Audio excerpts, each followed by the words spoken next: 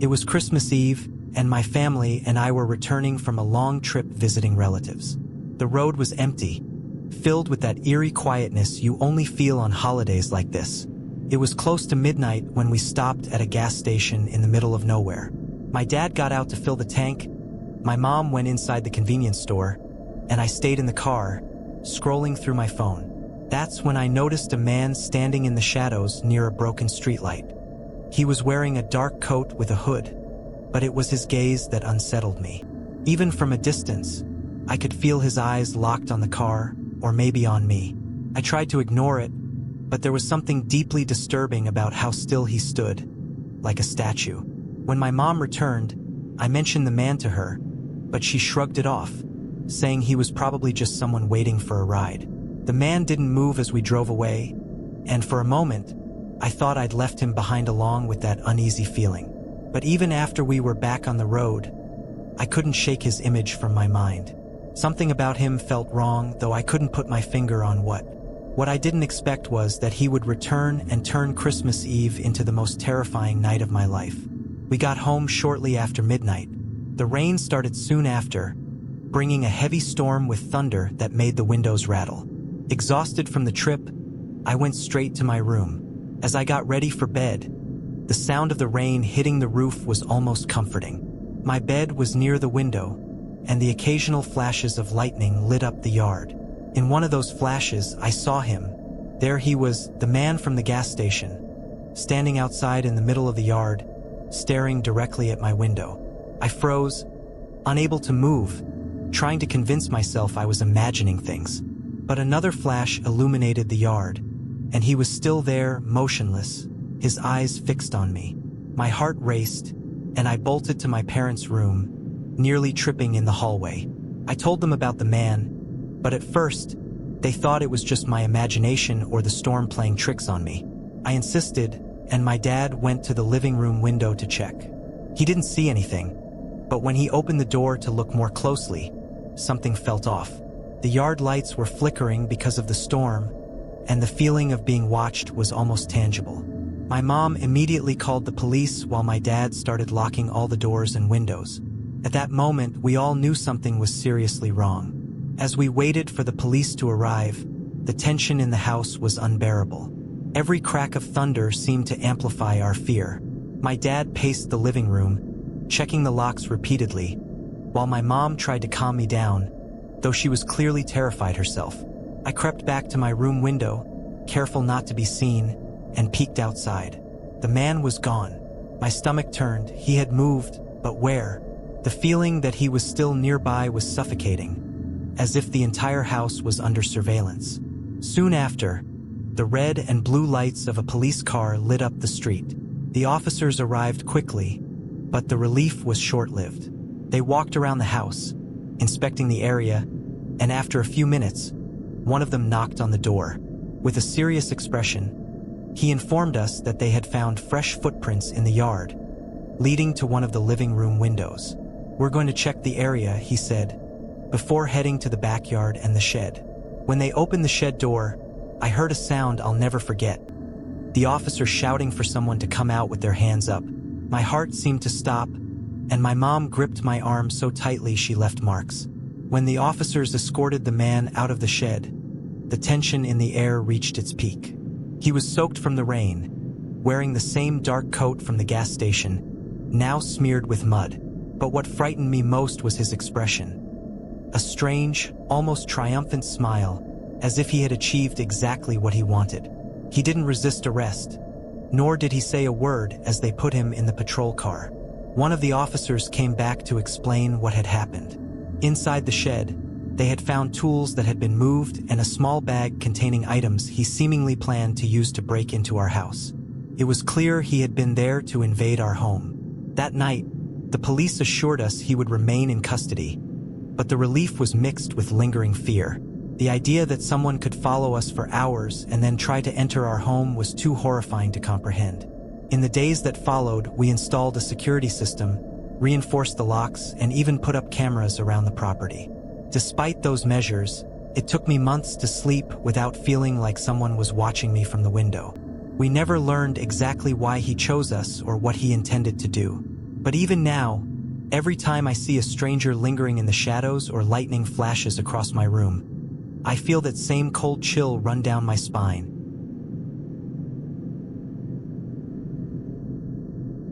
That night, all I wanted was peace. It was a holiday and all my friends were busy with family gatherings, but I preferred to stay home. I love those quiet moments, especially when the city seems to slow down. The house was decorated with Christmas lights, and I was curled up on the couch under a blanket, watching some random movie. Outside, the cold wind whistled through the trees, but inside it was warm and peaceful. It was the kind of night you expect to pass without anything noteworthy happening. But around 9 o'clock, I heard a sound that immediately unsettled me. Knocking at the front door. My stomach twisted instantly. I wasn't expecting anyone, and the knock was loud, as if the person wanted to make sure I heard them. I walked slowly to the door and looked through the peephole. There was a man in a heavy coat holding a bag filled with something I couldn't quite make out. He had a forced smile and waved when he noticed me looking. "Hi, sorry to bother you so late. I'm selling Christmas gifts at a great price. Would you like to take a look?" he said quickly, with an overly cheerful tone that felt rehearsed. I told him I wasn't interested and that it was late. He persisted. "I've got some beautiful things here. It's worth your time." I declined again, this time more firmly, and he stopped responding. What happened next, though, left me frozen. After a moment of silence, I heard a sound that made my heart race.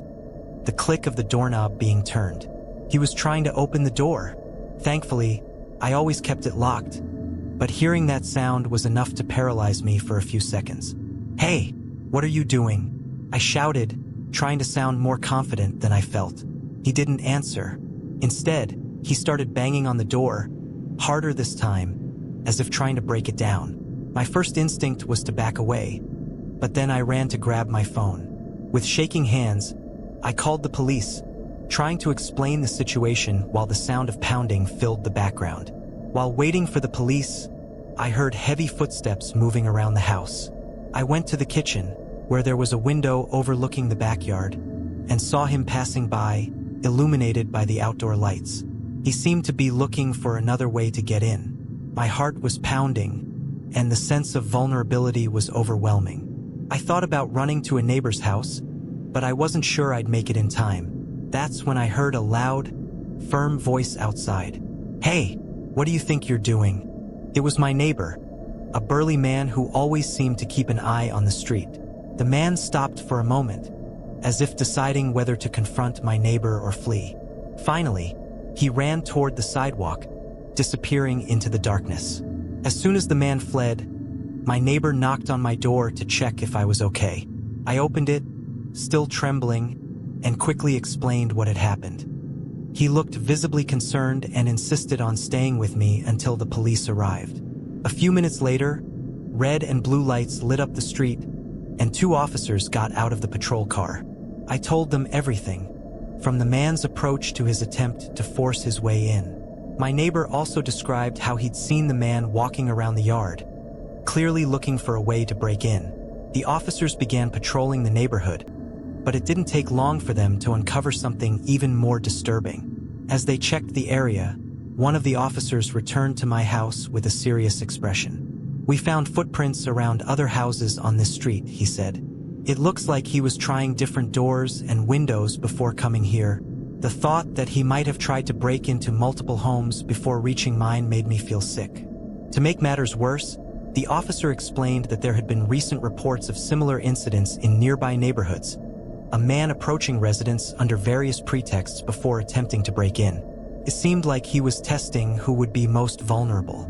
The police continued their investigation, and my neighbor stayed with me until I felt a bit calmer.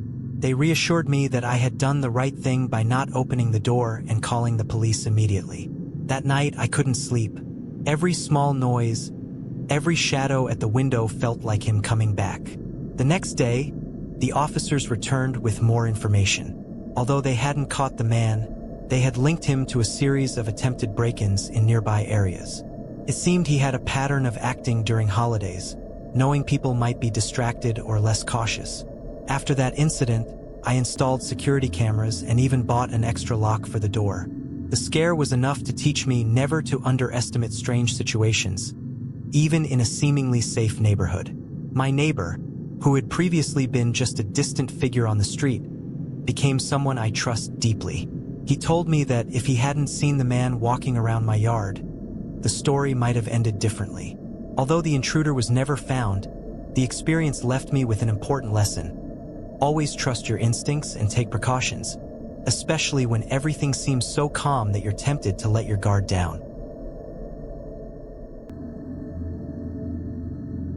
It was a typical Christmas Eve, filled with laughter, food, and the comforting feeling of being surrounded by loved ones. My family and I were driving home after spending the day at my grandparents' house. It was late, past midnight, and the road was nearly deserted. We decided to stop at a small rest area along the way to stretch our legs and use the restroom.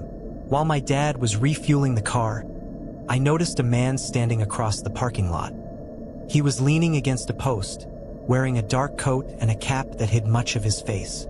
What caught my attention was the way he was staring intently at our car, as if he was waiting for something. I mentioned it to my mom, but she shrugged it off, saying it was probably just someone resting before continuing their journey.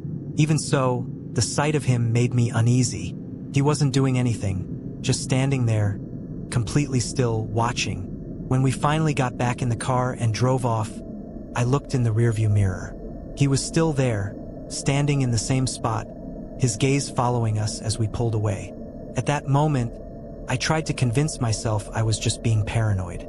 Little did I know, that wouldn't be the last time we'd see him. We got home about an hour later, still chatting about how lovely the day had been. The light drizzle that had started on the drive turned into a full-blown storm, with thunder rattling the windows.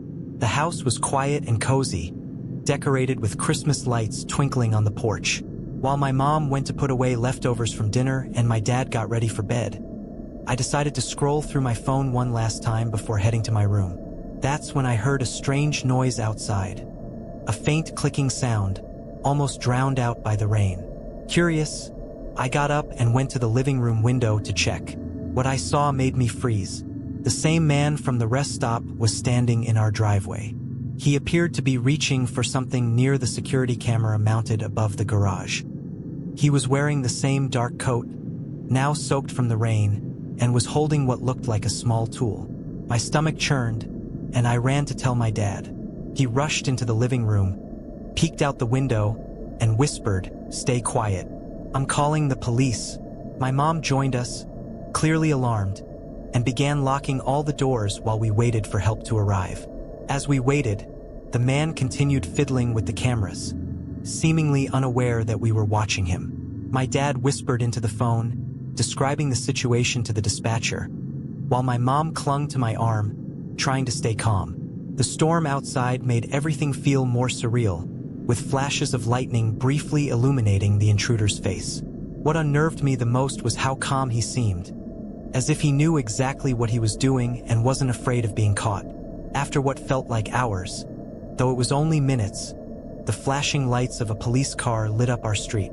As soon as the man noticed, he dropped whatever he was holding and bolted toward the side of the house, disappearing into the darkness. The officers arrived quickly and began searching the area with flashlights, but the intruder was already gone. One of them told us to stay inside while they checked the backyard and the surrounding area. When they finally returned, they informed us that they hadn't found anyone, but the muddy footprints showed he had been dangerously close to entering through the back door. When the police asked to review footage from our security cameras, we discovered something even more disturbing. The man had cut the cables before running off. He knew exactly where the cameras were and how to disable them. This realization only heightened our sense of vulnerability. The officer reassured us they would increase patrols in the neighborhood and file a report. Still, the questions lingered. Who was he? Why had he followed us from the rest stop? What was he planning to do? The next morning, we examined the house more closely. There were footprints all around the property, especially near the windows and the back door. The police later informed us that there had been other recent reports of a man acting suspiciously around homes during rainy nights. We never found out his exact intentions, but the incident left us shaken. We installed new cameras, reinforced the doors, and set up a security system. To this day, any strange noise at night reminds me of that shadowy figure illuminated by the storm. It's a memory that, even years later, still makes my skin crawl.